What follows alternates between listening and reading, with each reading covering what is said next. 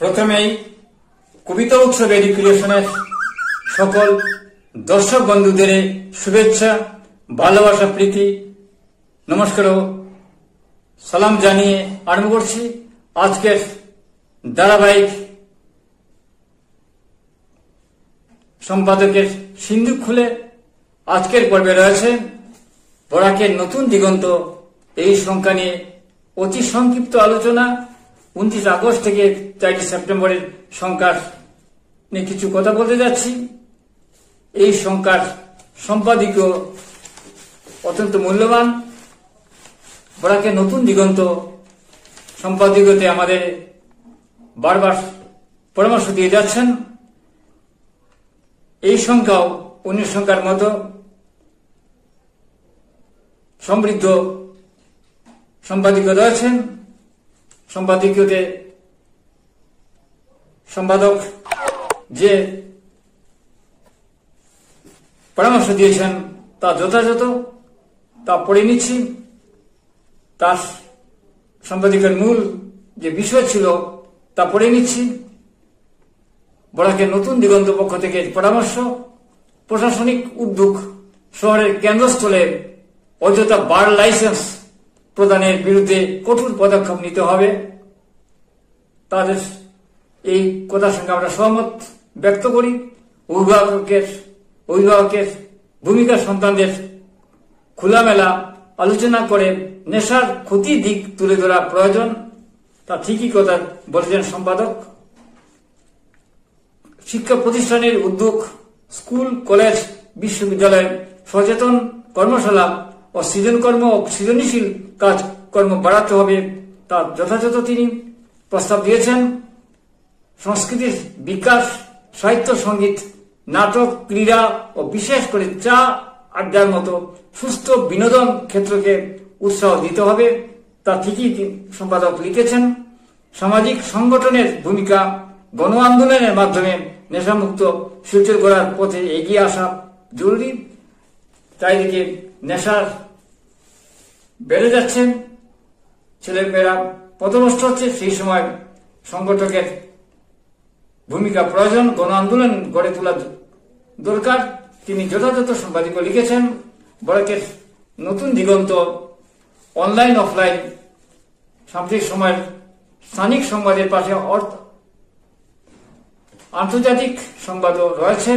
বরাকের নতুন দিগন্ত সাহিত্যর পাতা অতি উন্নত সমৃদ্ধ। সম্পাদকীয় অনেক পরামর্শ, দিক নির্দেশক কথা থাকে। এই সংখ্যা তার এক উজ্জ্বল উদাহরণ হয়ে রয়েছে।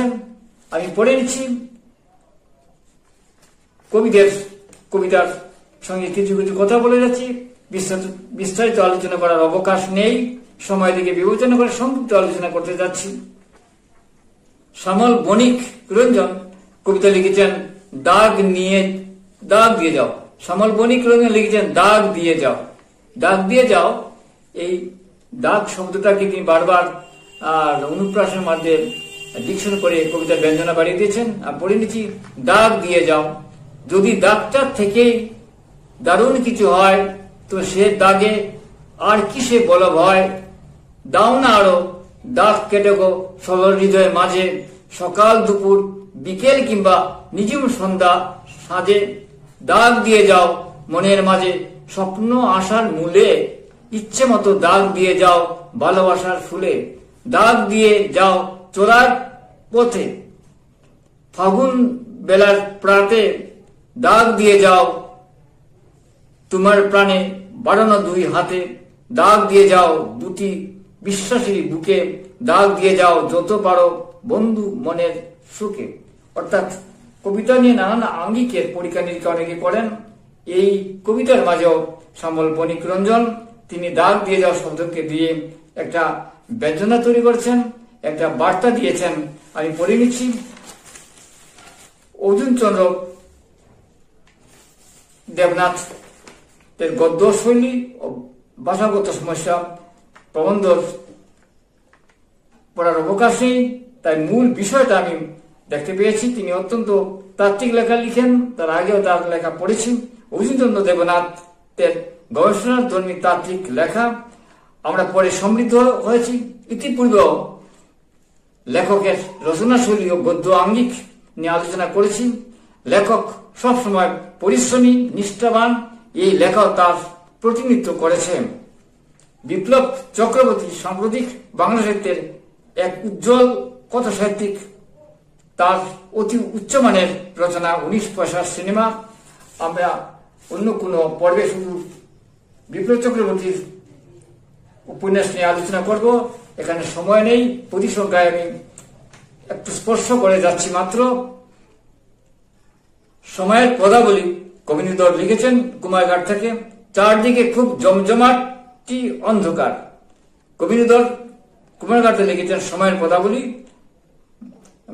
তার আরম্ভ এইরকম: চারদিকে খুব জমমাটি অন্ধকার, মায়ের মমতা হারিয়ে গেছে, বাবা স্নেহ ভালোবাসা উদাও, এমন অনাঙ্কিত সময় পেরিয়ে যাচ্ছি।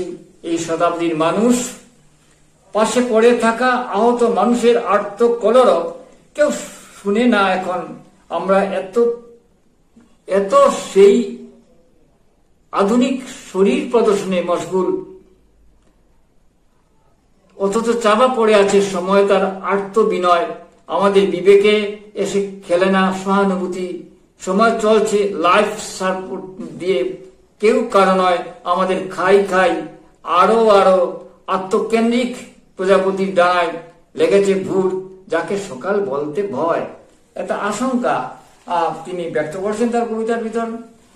গোবিন্দধর ভূপবাদী সমাজ ব্যবস্থা, যে আমরা ক্রমাগত নিজে নিয়ে ব্যস্ত, আত্মকেন্দ্রিক হয়ে গেছি। আমাদের জীবন যাপনে আমাদের ত্যাগ তিতিক্ষা নেই, সেটাই তিনি তার কবিতার মাঝে, তার বাক্য গঠনে এবং কাব্য ভাষায় বলতে চেয়েছেন। আমরা তার কবিতা পড়ে উপকৃত হয়েছি। আমি পড়ে নিচ্ছি। খেয়ালি মন, রাজীব ঘাটি, দুর্গাপুর থেকে লিখেছেন। আকাশ নীলিমা নীল উড়ন চণ্ডী, ভাবছ কি বর্ষা বিদায় বেলায়, আজ তবে শরতের দিন, কাশবারটা এখন মেঘ খেলা উচ্চাটন, চেনা প্রকৃতি ডাক উড়ু চিত্তে, ভাবছি কতটা জানি না, ভাবতে হয়তো তাই তো ভাবি। অনন্ত দূরপথ নীলকণ্ঠ আসার সময় হলো এবার, তিনি আসবেন সপরিবারে, অবাক সময়ে বালক খাবার ভাবলে সুকান্তকে মনে পড়ে। ওই রাজীব ঘাটির কবিতার মাঝে তার একটা বার্তা রয়েছে, একটা ঋতু পরিবর্তনের বার্তা পাচ্ছি। কিন্তু শেষ পংক্তিতে তিনি একটা প্রশ্ন তুলে আমার ছুড়ে দিয়েছেন। তিনি আসবেন সপরিবারে, অবাক সময়ে ভালো খাবার ভাবলে সুকান্তকে মনে করে। সুকান্ত এখানে প্রতীক হয়ে গেছেন। এইভাবে আমরা কবিতাকে পাচ্ছি এবং অনেক ভালো ভালো লেখা নতুন দিগন্তে আমরা পাই। আমরা নতুন দিগন্ত বৃহৎ বাংলার সঙ্গে এই অঞ্চলটি যুগসূত্র রেখে চলেছেন। তার এই কাজকে আমরা স্বাগত এবং ধন্যবাদ জানাই সম্পাদক মন্ডলীকে। রাজা রাকিব জীবন কবিতার মাঝে পাচ্ছি। বছর আসে বছর যায়, আমরা কিবা এসে যায়, জীবনটাই আমার স্বয়ং সম্পূর্ণ বর্ষ, যে বর্ষের ঋতু মাস ক্ষণে ক্ষণে হয় গতস্য। বাস্তবতা শেওলা প্রাচীরে ঝুলন্ত ধ্রুবক ক্যালেন্ডার, যেটি জীবনের জটিল খেরোপাতা ধরা পড়া, যান্ত্রিকতার আশিকে ধরা পড়া, অযান্ত্রিক জগৎ সংসারে অনাহুত কাণ্ডে হরদম দিশাহারা দিক, শটান শিরদারা খাড়া অহর্নিশ মজ্জাগত পুষ্ট, জীবন যুদ্ধরত সেনানী থাকুক ক্লিষ্ট। তিনি জীবনকে এক লড়াই ময়দানে নিয়ে যেতে চেয়েছেন। কবিতার ভাবনাকে আমরা স্বাগত জানাচ্ছি। তার কবিতা আমরা উৎসাহ যোগায়। আর শিলাবতী চর রয়েছে, শিলাবতী চর বরাক উপত্যকার ঐতিহাসিক গবেষণাধর্মী এক মনস্তাত্ত্বিক উপন্যাস কাঁচা শেষ রাজা গোবিন্দচন্দ্র তার রাজ্যপাট পতনের পূর্ব মুহূর্তে 5 বছর ধরে ছিলেন। তাদের পূর্বপুরুষ শাক্ত ছিল। গোবিন্দচন্দ্র প্রথম দিকে শাক্ত, কিন্তু তার প্রধান রানী ইন্দুপ্রভার সান্নিধ্যে বৈষ্ণব ভাবাপন্ন হয়ে ওঠেন। তার বৈষ্ণব হওয়ার নিয়ে রাজপরিবার দ্বন্দ্ব সংঘাত ঘটে। অনেকের সঙ্গে তার বৈচিত্র্যময় রাজকার্যের শিলচর থাকাকালীন এই অনুপন্যাস আমরা পাচ্ছি নানান ঘটনাবলী শিলাবলী চড়ে। আজ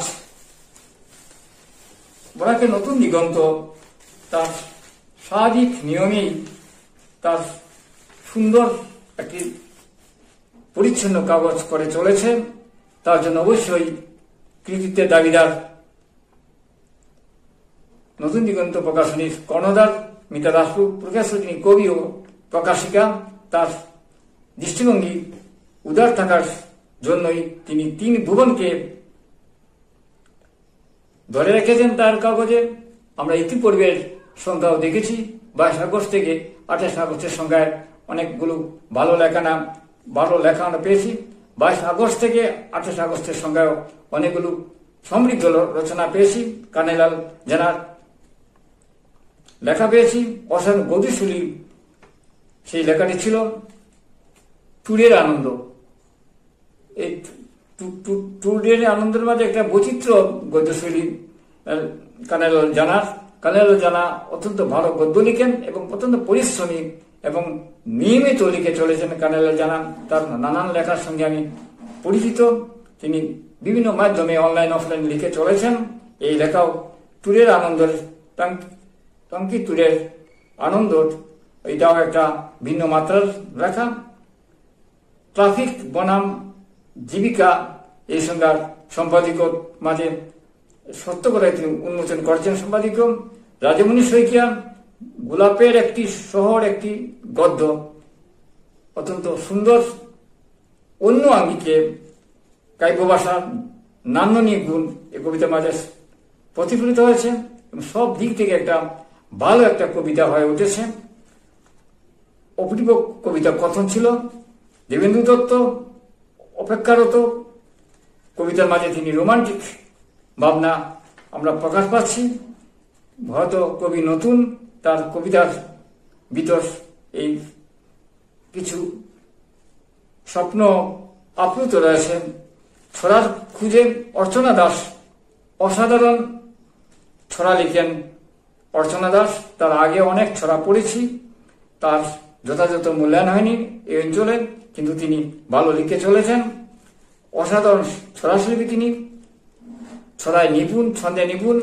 অশু বর্মা 22 শ্রাবণ খুব ভালো একটি কবিতা লিখেছেন। অশু বর্মা আর নতুন করে পরিচয় দেওয়ার প্রয়োজন নেই, তিনি এই কবিতা সেই প্রতিনিধিমূলক ভালো কবিতা হয়ে উঠেছে। তার সংকটে ভালোবাসার গোপন ঠিকানাও ভালো লাগে। অপূর্ব উপস্থাপন অজয় কুমার বসুর আজ এই শ্রাবণে কবিতার ভেতর নতুন আঙ্গিক, ভাষাশৈলী, কবিতার বাক্য গঠন এবং উপস্থাপন সব দিক দিয়ে একটা ভালো কবিতা। এই সংজ্ঞাও শিলাবতী চলে বৃত্তান্ত রয়েছে। আজ এখানেই শেষ করছি। আসলে সম্পাদকীয় সিন্ধুক খুলে অনুষ্ঠানে লেখকদের আলোচনার প্রতি আমি সুবিচার করতে পারি না, কারণ এত সংক্ষিপ্ত কোনো লেখকের নিয়ে আলোচনা করা সম্ভব নয়। শুধুমাত্র তাদের লেখাকে আমরা সম্মান জানাচ্ছি, তাদের কাজকে আমরা স্বাগত জানাচ্ছি। তারা ভালো লিখুন এবং বরাকের নতুন দিগন্তকে আপনারা লিখুন। একটি ভালো অনলাইন অফলাইন কাগজ হয়ে উঠেছে, বাংলা সাহিত্যের একটা ভালো কাগজ হয়ে উঠেছে বলে আমার মনে হয়। এটা আমার ব্যক্তিগত ধারণা। এটা নান্দনিক গুণ আছে এবং অত্যন্ত পরিশ্রমী এবং নিষ্ঠাবান উদ্যোগী সম্পাদকরা রয়েছেন এবং তার সঙ্গে অবশ্যই কর্ণধার মিতা দাস প্রকাশক কৃতিত্ব রয়েছেন। আজ এখানেই ইতি টানছি। নমস্কার। কবিতা উৎসব এই অনুষ্ঠান শুনুন, দেখুন, আমাদের পাশে থাকুন। প্রকৌশলগত ত্রুটি রয়েছে, উপস্থাপনার খামতি রয়েছে, তবুও দেশে বিদেশে অনেক দর্শক এই অনুষ্ঠান দেখে থাকেন, আপনিও দেখুন, দেখতে তখন ভালো লাগবেই। কবিতা হলো সুস্থভাবে বেঁচে থাকার অক্সিজেন, দেখতে তখন ভালো লাগবেই। নমস্কার।